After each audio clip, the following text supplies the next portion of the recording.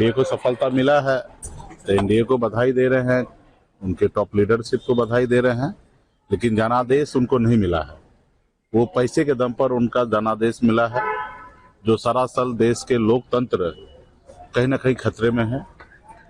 चुनाव के बीच चुनाव में अगर किसी को पैसा दिया जाए तो ये अपने आप में बड़ा सवाल है।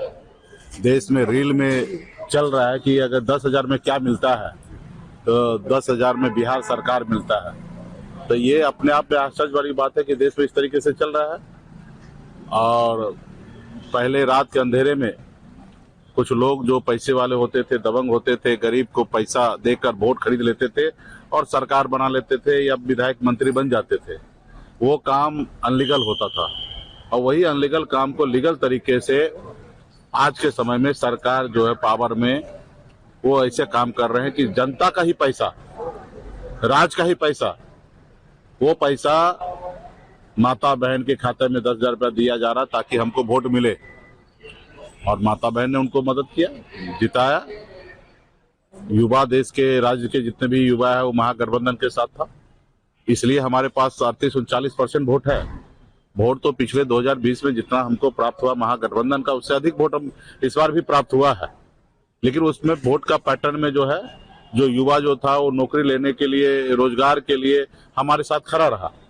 लेकिन हमारी माता बहन का एक बड़ा संख्या महिला का जो वोट है वो एनडीए को गया है। ये जो हम लोगों का फर्स्ट दृष्टिकोण से दिखा है।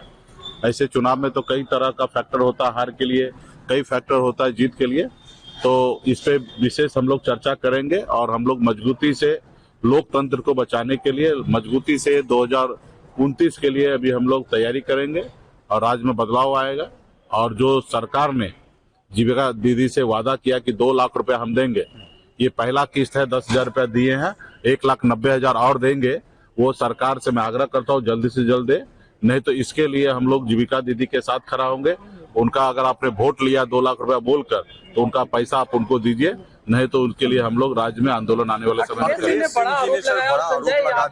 संजय यादव और कृष्णा रूप पर ये कह दिया कि उनकी वजह से हार हुई है। नहीं, देखिए, ये तो अभी वो ना 3 में थे ना 13 में थे। वो उनको दुख है कि हम उस सिस्टम का हिस्सा नहीं थे, इसलिए उन्होंने किसी न किसी के ऊपर आरोप लगाए हैं, जबकि सच्चाई नहीं है। अगर आरोप लगाना तो खुद के भी गिरेबान में लोगों को झांकना चाहिए। गलती सबका है, हार सबका है। जीत होता तो सबका जीत होता, जनता का भी जीत होता। हार है तो सबका हार है।